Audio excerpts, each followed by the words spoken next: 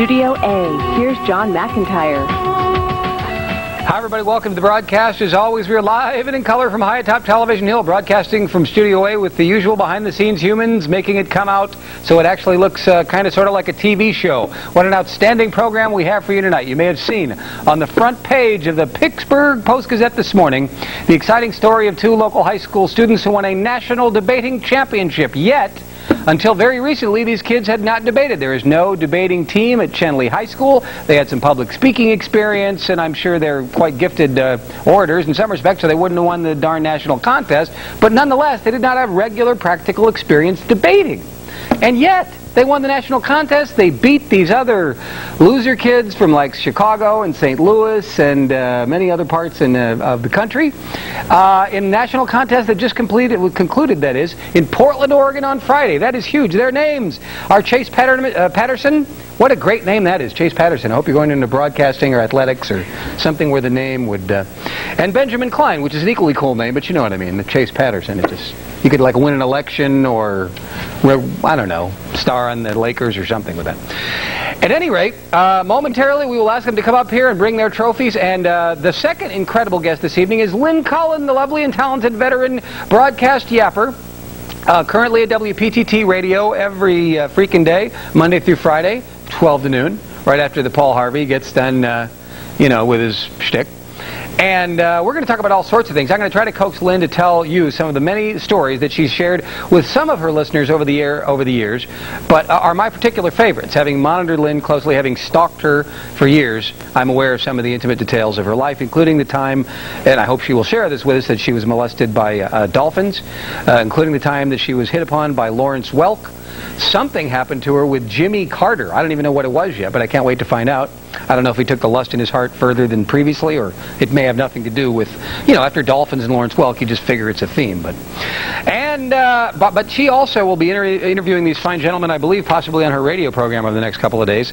And they did this thing, according to the newspaper article, and I'm going to ask them about this, where they sort of walked around and joked and laughed in what I guess became a ritual before every debate. And all the other kids looked at them funny, like, what are you guys just screwing around for? We got a debate to go. But apparently it fueled their energy, and it kept them loose, and it was part of the victory. And hence they won. And I just wanted you, before we go to break, I wanted you to get one more look. Yesterday we had another whiz kid. In fact, never mind, I'm not going to. He is just one of those little boy Jesus just like. I mean, then this kid is a chef. That's a New York. This does. That and some good money on it. There was some team of those shorts engineers held down. And just came out, it's like 4 leg, and the primitive violence. I think like how much more it was it? Really working with the sun. The UWM site, the Third Guild News Channel says. Not just by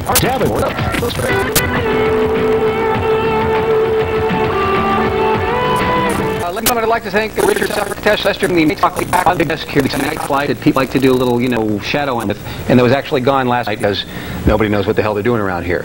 Secondly, I'd like to thank Bo of Pittsburgh Limousine for transporting our first two guests here via Pittsburgh Limousine. They are Chase Patterson and Benjamin Klein of Shenley High, and now they are national debate champions. No one bigger than you guys. So are you saying, my goodness, are you used to it? Is it old?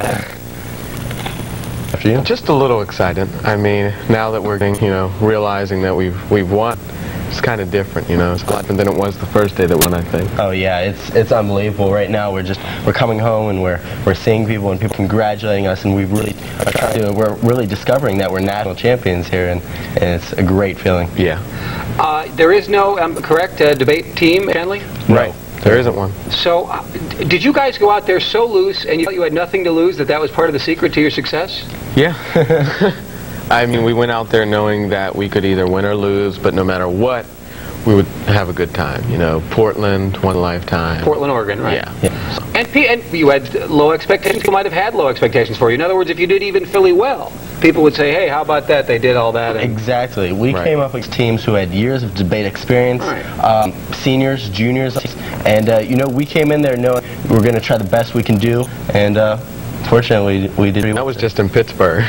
And then when we got to Oregon, it was teams who've got debate experience in so many different fields of debate. There's policy, there's Lincoln Douglas, and then they kind of go up against them, juniors and seniors, and early sophomores, and it was a challenge. Now, the topic in Portland, according to the paper, and correct this if it's wrong, was whether parents are legally responsible for crimes committed by children of theirs under 18. Yeah, Right. Particularly violent crimes. Okay. And you had to debate both sides of that. Yes, Yeah. both affirmative and negative. So we'd go from one argument for an hour and a half to a 5-minute break to the opposite argument for another and a half. So it was pretty. And during one day, according to the paper again, 8:30 in the morning until 6 at night, or roughly that many hours of debating, Yeah. switching sides 5 times along the way. Yeah. Wow. That must have been nerve-wracking and just, That in itself annoying. was a challenge. Yeah, That in itself was a challenge, yeah. Well, so you don't have to read the entire thing, but you were on one side, just what you said, on the side that said, oh, no, they shouldn't be responsible. These kids have minds of their own. Right. So you want me to start? With the negative, what happened was we debated the constitutionality of the laws, whether it should be guilty by association, whether parents are fully responsible for criminal actions of their children. We also talked about whether working in states already, there's currently parental responsibility legislation. Even in Pittsburgh, Pennsylvania, there is some. And we talked about how it wasn't working and it wasn't acting as a deterrent against juvenile violence and crime. And then what did you say on the other side? On the negative, we used that, I'm sorry, on the affirmative, no, the negative. On the negative, we would use and say that the laws were discriminatory to the minorities. We would bring in statistics that showed that 70% of all juvenile violent crime offenders come from urban areas, single-parent families.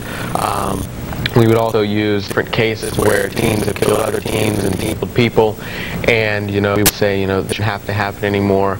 Parents are responsible for so much. Should stop at feeding, clothing, and housing their child. And when were you presented the topic, and how much, if any, opportunity did you have to stop? Well, we were first presented with the topic back here in Pittsburgh. We competed locally out of, I think, six schools, all public schools, and about 14 teams, same topic.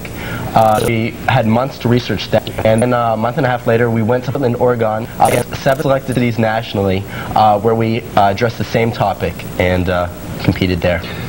Were you surprised that you won? Did you feel like you had a shot, or did you look at these people and say, hey, these guys might be better? Well, we kind of went there to underestimate anyone, but we went into some debates knowing that we won and also knowing that we lost. But we would have never expected to beat the team that we beat. They were undefeated in LA. They also went undefeated in Oregon. So it was a challenge itself to even get close to beating them, and we were very surprised when we did.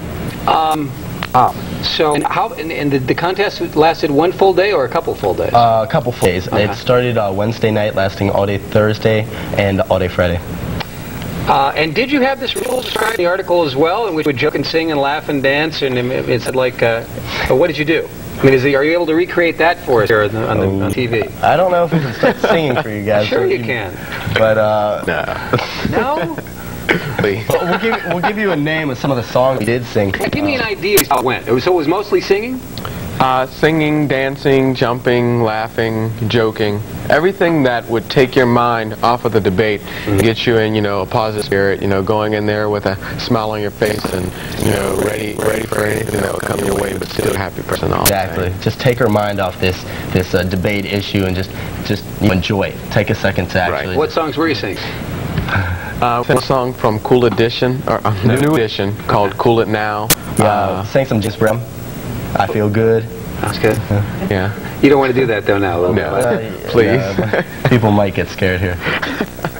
All right, let me take a break. We have a caller to the question through PCNC for our 2 national champion debaters. Back in a moment on Night Talk. Stay with us. Night Talk is sponsored in part by Highfield Open MRI, the strongest open magnet in Pittsburgh.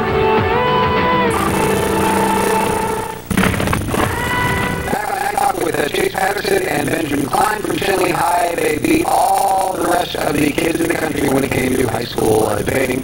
And with Greg on the line. Greg, how are you tonight? Yes, Chase and Ben, this is Greg from Kane. Congratulations once again. I saw your final round, and I just want everyone to know that you guys did a great job and did well enough to be national champions. Thank you, Greg. Thank you. Yeah, it was no fluke. I saw several of the other teams, and they were definitely as good as or better than anyone else out there. Yeah, they were. Hey, your date may be archived on the web. A tape of this, if anyone wants to watch. Really? Yes. Yes, it's videotaped, and it's supposed to be up. Now, the website now, but if you want me to give the address, you want to give it out later, debate.uvm.edu. Debate.uvm.edu. Yes. Except the website's down. The website's down right now, but I think that an archive... What's wrong with the website? Their performance is supposed to be up, and it is definitely worth watching. All right. Well, what were their strengths? Their strengths were they answered the arguments that the other teams brought up. They weren't so set in their ways when they walked into a debate that they weren't kind of two ships passing a night. When the other team would bring up a point, they would bring up their counterpoint, and they would definitely just hammer it, and the other team was kind of flustered at that point. So many of the other people had sort of rehearsed speeches that they kept reading, you say? Some of them do, yes. Some of them kind of sit there and they just go through the same things, and when the opposing team says something, they just kind of ignore it. But Chase and Ben were very much in the debate and answered everything that the other team brought up and presented their own points strongly enough that you said you guys won the debate. You know. And how did you get out there? Why were you there? Well, I was there judging for another school in one of the events. Oh. And helped them in the prelims here. And then their coach, Bob, and the head coach at James University is involved with nationally coordinating this event. We're very helpful. But Chase and Ben really took over with all the help that they got and just made it their own and just ran it all the way up to the top. They did a great job. Guys, you guys deserve to be national champions. Thank you. I think it was the tangerine and the chocolate. Oh, he was filling you full of tangerines and chocolate? Yeah, we need the energy. That's really the secret, isn't it? Oh, yeah. Don't tell anybody. Everyone who wants to debate, tangerines and chocolate. That's the way to go. Now, are you going to use these skills? Are you going to be lawyers or annoying talk show hosts or, something that requires a lot of flapping someday? I definitely want to go into law. Okay. Maybe eventually after I'm done fulfilling what I need to or want to in the field of law, I would like to maybe do politics or something like that. Cool. Yeah. The law, then politics. Yeah. So from bad to worse. Yeah. And how about From you? worse to worse. Well, you know what? I honestly don't know. I'm looking at law. I'm looking at business, finance, consulting. I'm trying to open myself to everything I can right now and just go on the road that I think is best for me. All right, so you're not going to pin anything down at this moment in time? No. Here is the Reverend. The good Reverend is on the line. Reverend? Hello. Good. How are you? How are you? Fine. And my question is, first of all, I want to commend these young men. I read about them in the paper today. My name is Reverend Stephen Mitchell, and I would like to commend these young men being sophomores and having the attitude and the positive outlook on life that they do, and winning these contests here, and coming in the first place, I believe, out here in Oregon, and I'm not surprised because I've been in Pittsburgh all my life, and we have some very, intelligent and remarkable, gifted people here. But my question was already answered. I wanted to know how they feel being lawyers or a doctor or some other higher office, and politics, and I've answered that. Well, that was great, but right. So I believe that whatever thing that they go on in life is going to be a blessing in that field, and they'll be able to help people. And I just think I want to commend them and continue to get better and to stay together. Great. Thanks, Rev. All right, here is Mary. Hi, how are you? Okay. Hi, I was curious. I'm a fellow debater. I do policy debate, and I know that's a part of debate, but I was curious. I know your topic that you're talking about is a Lincoln Douglas topic, but I was curious. I know Lincoln Douglas was only a single person debate. I was wondering how you did that with partner debate, or if you were policy debaters. Well, all right, we participated in something known as the Barbara Jordan Youth Debates, which veers off from policy and any other type of debate. The format is basically working in partners, and there's a full affirmative and a second affirmative and closing arguments and rebuttal and everything like that. But we veer away from, all the evidence and everything that policy debate is about. It deals a lot with just public speaking itself and just persuasive argument. Oh, okay. Okay. Well, so you're a Lincoln Douglas debater? No, I'm a policy debater. You're a policy debater, but still you have some experience debating? Yes. So did it frustrate you that these two rookies just zipped in and took the whole national crown while you've been sweating all your life and, have squat? I know, it's amazing. I congratulate you very much. I know how difficult it is. We had a couple people from our team make the Catholic Nationals, but no one make the Portland, Oregon National debate team. So I congratulate you. Thank you. You're welcome. Thanks for calling. Can we show these people the giant trophies at this point in time? If you can lift them up. Yeah, I think so. These are now. Do you have any other trophies of the kind, or are these the first trophies that you've earned just in anything? I have two. I have a couple. I Some play way cool soccer trophies. and volleyball for my school. Yeah. So. What about you? Well, in 1997, I won the Mr. African American pageant. I have a trophy from that. Appearances at different organizations. They give me little guest appearance trophies. But it's a big deal. You're on the front page of the paper now. Yeah. Everybody knows him. They're on TV. Yeah. Do you think in analysis this will help you get chicks? Well, I'm taken, man. I'm sorry to hear that. All right, yeah. I apologize. But Mr. Patterson here. Mr. Patterson? On the other hand, you are not at this point in time. You're willing to entertain? Yeah, please. Give me a call. 555-1212. All right, Rodney's not interested in that particular proposition, but he is on the line. Rodney? 555. Yeah, right. All right, go ahead, Rodney. You still there? Hello? All right. Looks like you're only interested in one thing there. Apparently so. The phone number. All right, you guys, congratulations. You you. should be proud of yourselves, as I'm sure you are, and I'm sure one day you become lawyers and or other powerful communicators and take a world, and it'll all be a better place for it, hopefully. Right. Or not. Any final words? Any final thoughts? All I have to say is debate is an excellent thing. Anybody looking just to try it, look into the Barbara Jordan Youth Debates. It's an excellent experience, and as you can see, even somebody with no experience whatsoever can come in and really learn a lot. I think you have to try something before you even put it down, before you don't even want to do it. You have to try it, and that's all that Benjamin and I did, and look at how successful we've been in our year doing something that we've never even done before. Nice job. Yeah, Benjamin Klein, Chase Patterson, thanks so much for coming on the program. Thank you. Back in a moment with someone who's also accomplished a thing or two in her time, including, never mind, I'll tell you when you get back, Lynn Cullen on Night Talk next. The official transportation provider of Night Talk is Pittsburgh Limousine. Whether it's for business or a special night on the town, Pittsburgh Limousine is the one clear choice transportation.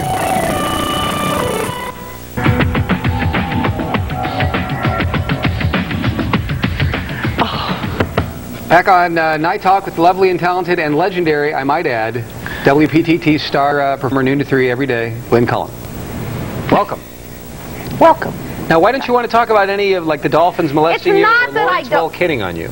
It's not that I don't. It's just that I can see I know you and I can see a theme building here.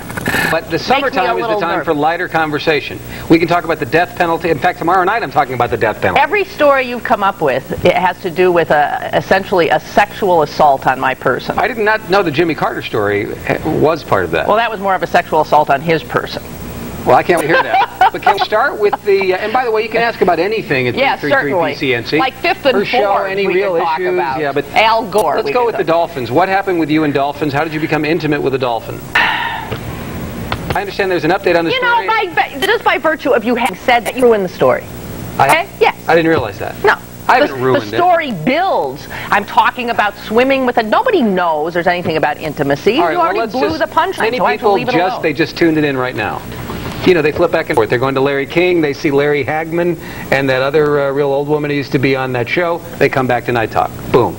Lynn, welcome. Thank you, John. So, have you ever had any experience with dolphins? Well, amazingly, when people used to say, what animal do you want to be? Like the Barbara Walters question, what train, whichever. I always did say a dolphin. And I'm not alone there. That's hardly an original answer. Because it's not too far away from human. We're told they're bright, that they communicate.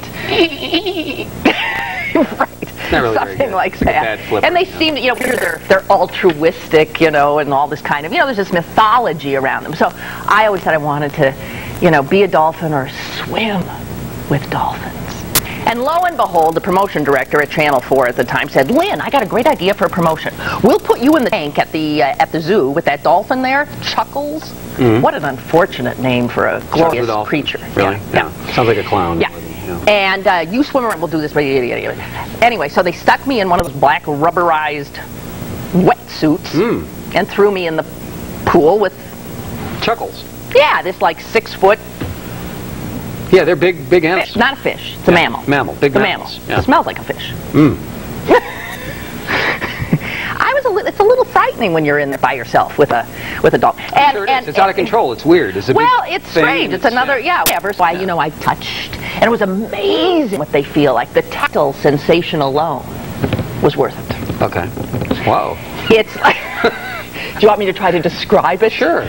Well, it's unbelievably soft, and there's a sense of firmness underneath. So it's sort of like a classic bottom kind of thing. You know what I mean? Just like, ooh, you can't take your hands off it. Yeah. So once I had my hands on it, couldn't take my hands off it. So I was petting him and saying hi. He seemed happy. I was thrilled. He starts swimming. I hang on. Mm-hmm. And I'm swimming around on his back. We're like going. I'm screaming in delight and joy. Is this like riding a horse, kind of, sort of? If you were bent no, over? I was no. I wasn't. I wasn't straddling him. No, I was just sort of had my arms around him. Okay. Was to the side of him. Okay. You know. Like Annie Oakley. I don't know, everything but the 6-shooters. Meanwhile, the photographer who's supposed to be shooting all of this is a nervous wreck. He keeps leaping out of the pond, out of the pool. And I kept saying, Terry, get this. This is incredible. Get it, get it. I don't know. I don't think that fish, kept calling him a fish. I don't think that fish likes me. I said, you're crazy. What are you talking about? Well, actually, in retrospect, it was clear that the dolphin, every time he came toward the photographer, did sort of a sneer, aggressive kind of a, We were swimming around in circles, and I didn't quite notice it, but the speed was picking up. And before long, we were like, whoosh, whoosh. My screams got more delirious. The dolphins making noises. We're going like, shh. And then he like threw me off, and I slammed into the side of the pool. Then he sort of backed off and looked at me.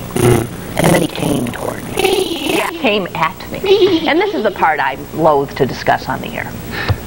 Well, he came at you and started humping you, essentially. No. Well, I thought the point of the story. I'm with my back against the thing. Right. Yeah, like this. Yeah. Have you ever seen a dolphin? It's an Amazon Not this River particular dolphin. one, no. It's not like a bottlenose. He has a nose that looks like a long sword. Okay. Mm-hmm. Let's just say that nose ended up sort of between my knees. Oh, with the nose. And he began to move his head from side to side like this. Yeah. And with each swat of that nose, my leg would go this way, then my leg would go this way. And I was being pummeled in a strange manner, and I didn't know what was happening, but whatever was happening seemed very aggressive all of a sudden and a little unclear.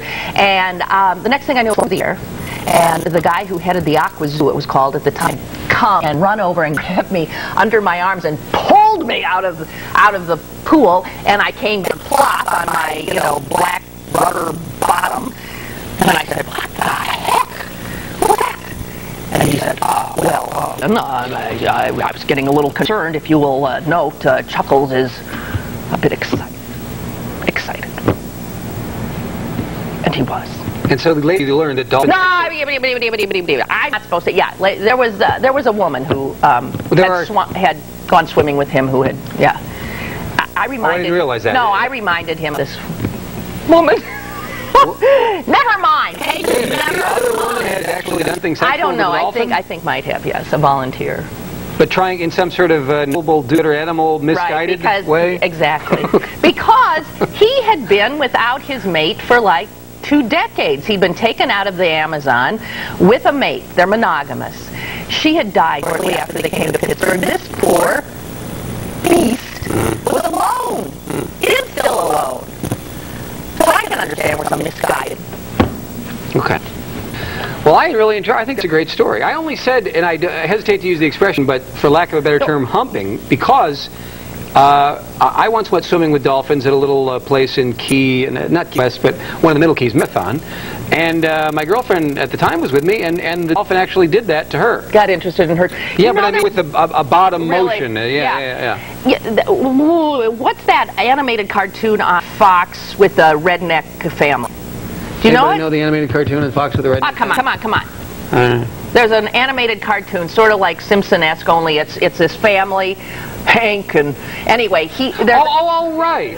King of the Hill. King of the Hill. Yeah. Well, I'm watching King of the Hill once. I've seen it all once or twice, and the episode was based on him winning something to swim with a dolphin, and in the bit, the dolphin does the same thing to him, and he's mortified because to him, it not only was attempted sexual assault by an animal, but it was a gay thing because it was a male dolphin. So it must be, they poor dolphins. Yeah. But I've never been able to. I have not gone back look at him since. It really. Oh, I thought you did. I thought there was an update on that. No, you didn't go back to look at the dolphin. No. I want to see. He now has this new wonderful home in the aquarium they've just built. Okay. So I'm sure he's happier. That's got to be a beautiful place for him. But it's been 15 years, and I'm really depressed. I mean, it saddened me so about him. That he was that flipped out because his dolphin spouse and I smelled like fish for 24. I could not get this smell of fish off me. It was. And so did you ever get the smell off me? Yeah. Yes, I did. Good. All right, let's take a break. Well, was that much to do about it? Did you like the story? Yeah, right. Coming up, the story of how Lawrence Welk, an American icon and seemingly wholesome guy. Well, this I don't mind telling. On Lynn because Cullen. he is a dirty old man. He's dead now. He was a dirty old man. Smells like fish. All right, stay with us. Back in a moment. The official transportation provider of Night Talk is Pittsburgh Limousine, the one place in transportation.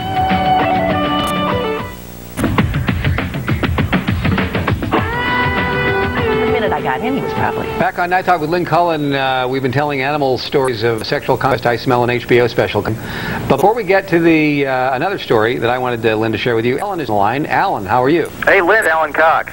Alan Cox.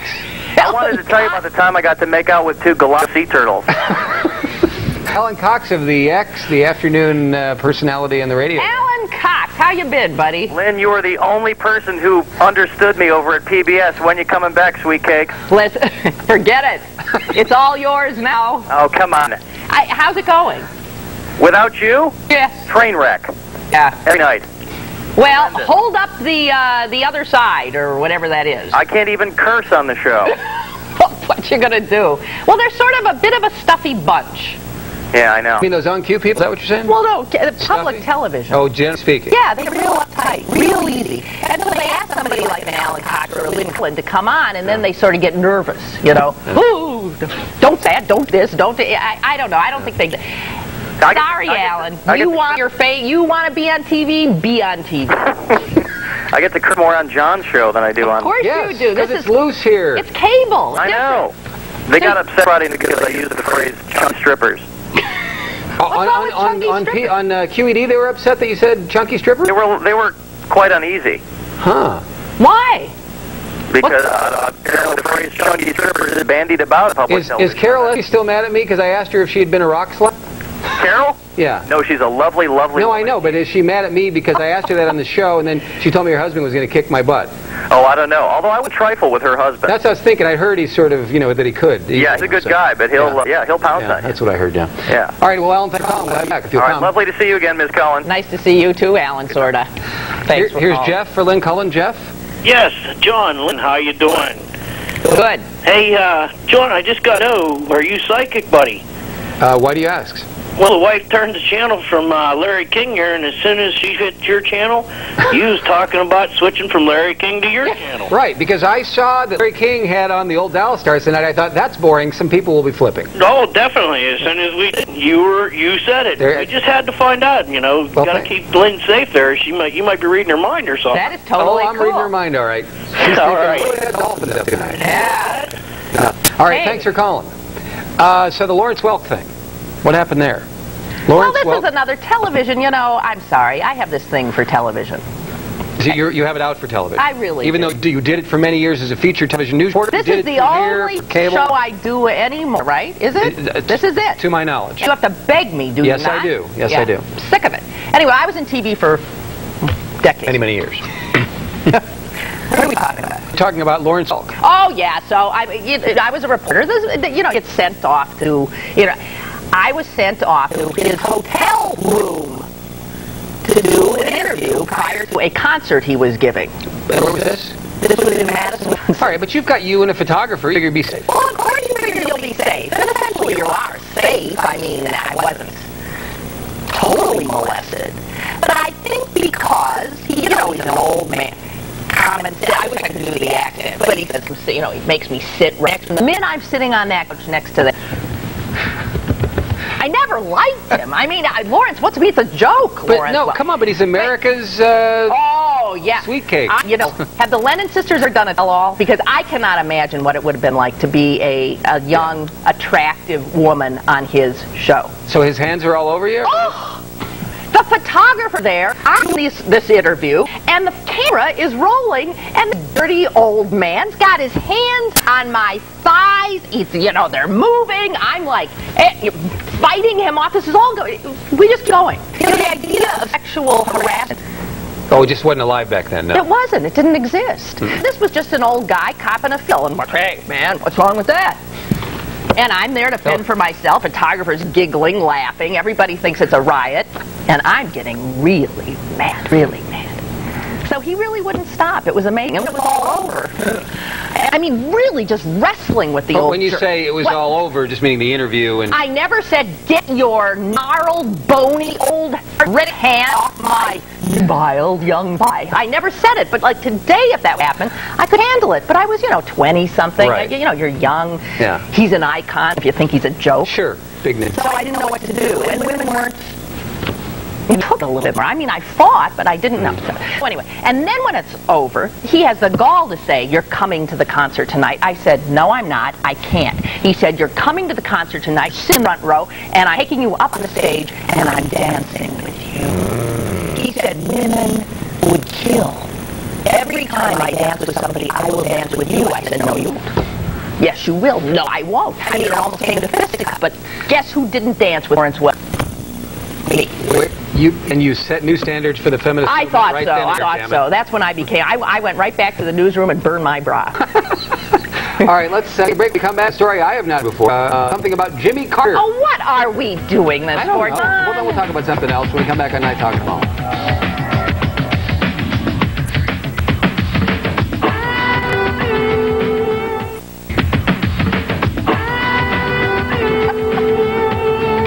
Back on Night Talk with Lynn Cullen. It's story time tonight, sharing some of the stories that, some of the tales that result from happenings in her long career as a TV journalist and now talk show yapper of both radio and television. Can I, instead of telling you, before I tell you Jimmy Carter's story, can I tell you a story? Because these are all stories from Wisconsin.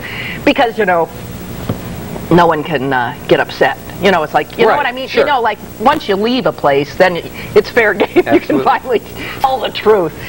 But there's a story that happened at Channel 4 here that I think is the funniest. Okay.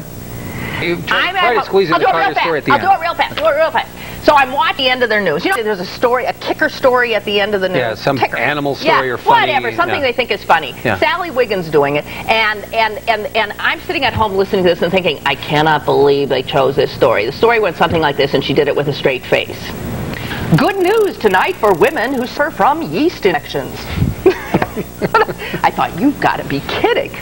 Scientists have discovered that, I guess, if you stick your panties in the microwave and, put it on high for 30 seconds or something, bang-o, no more yeast infection.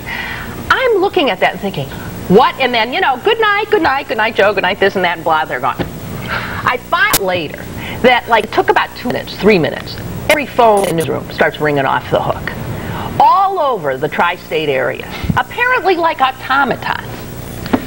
Women, upon hearing this news, had risen from their chairs, gone off to their bedrooms, accessed their underwear drawer, pulled their panties out, gone back to the kitchen, opened the microwave, stuck them in, slammed the door, put it on, immolated all over. They were blowing up left and right. So people are calling the station. I just blew up all my underwear, and Sally Wiggins said and it turned out that, how TV is. You have a little 15 seconds to do the story. So you have to edit. What they edited out was one word. Cotton. Oh, cotton panties. Yes, because the others are made out of petrochemical derivatives. Well,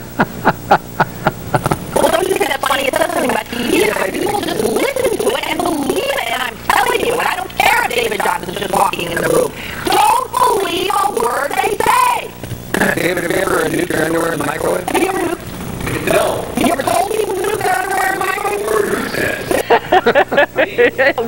You could believe it, absolutely. Okay, so when I was a lonely reporter, Jimmy Carter was flying in. He was running for president. He was Governor Carter at the time, but in 4 months he would be the president of the United States. So maybe 75, or roughly? 76. 76. Well, I was just thinking his campaign. Yeah, but no, you're right. It was 76. Okay. And we were kept back. He was going to just come off the plane at the airport, say a few words, get on the plane, and fly off to bigger cities. He was only going to literally off the plane again. And we were held behind barbed wire fence. Are you nervous because I have 2 seconds? You know, you can tell me. No, we've got like 3 or 4 minutes. You're starting to twitch. I just probably get too much caffeine. Okay. So anyway, there were guards and all of the assembled, press were there. And the plane starts coming in. And I'm young and aggressive, believe it or not, as opposed to old, tired, and cynical as I am now. And I said to the photographer, look, as soon as the plane lands, let's just fly right out. Just get out there. I have a chance to get a one-on-one question with the governor. I'm going to be right out there. I'm aggressive. I'm Mike Wallace. I knew it. So he got scared, but I said, we're doing it. The plane went, and I took off right past this burly county cop who didn't stop me, ringing little 3-inch heels. I was a little television reporter at the time. And I got there. Carter comes walking down the stairs of the plane. We were able to meet. How do you do, Governor Carter? I said. Lynn Cullen, yada, yada, yada. Asked him a question, got my mic right in his face. I was getting exactly what I wanted. And then, you ever play rugby? No. You know what a scrum is? Yes. Scrum. He scrummed you right then and there? Well, turns out that after I had taken off, of course, all the others, monkey see, monkey do, were not far behind me. Also, a press plane carrying the National Press Corps had landed as well. They had all come off, and while I'm talking to Carter, we were all of a sudden enveloped by the other reporters. Right? Right. You've seen that scene. Yeah. Photographers, reporters. Jimmy Carter, it turns out, is shorter than I, especially if I'm wearing 3-inch heels. I would say the top of his head is about there. Okay?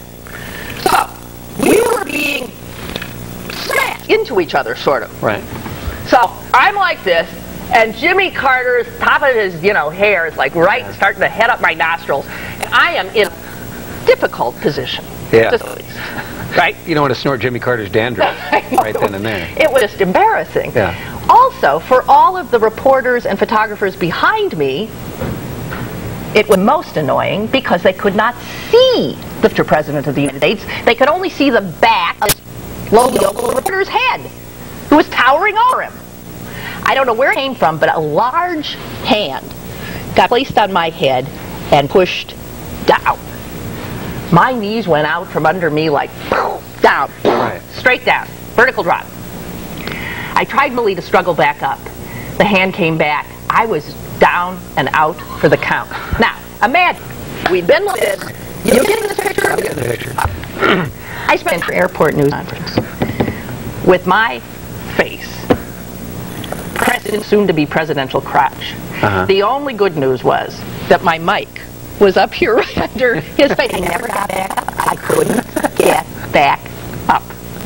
So that was my story with Jimmy Carter. And of course, I never heard the end of it. Yeah. And shortly thereafter, he came out with, "I have lusted in my heart" comment. Do you feel you may have triggered that?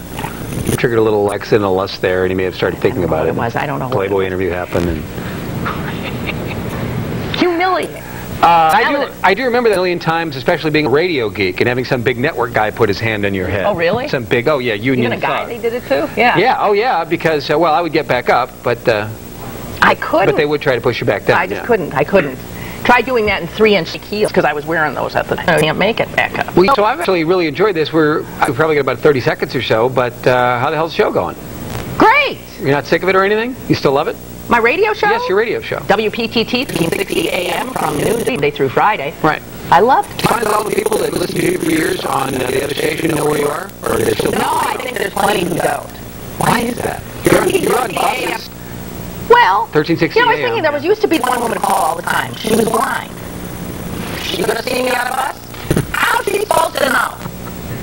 You got me there. Now, if she's listening, 1360 AM from noon to 3. Because it's a good show. I listen to it a lot.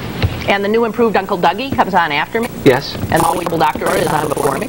And real boy of the far right, Jerry Boyer, starting off at 6 Yes, tonight. he does. Yes. That's before I get up, so I haven't gotten a chance to hear Mr. Boyer. All right, well, thank you so much for coming on the program. Delightful as always to have you. Period. Do you just feel weird or something? You look... I'm not happy with this, what you did to me. Oh, I didn't do anything. I asked you to tell stories you did. It was great. I sort of assaulted again, you know? That's what we're here for. Back in a moment with final words. Stay with us.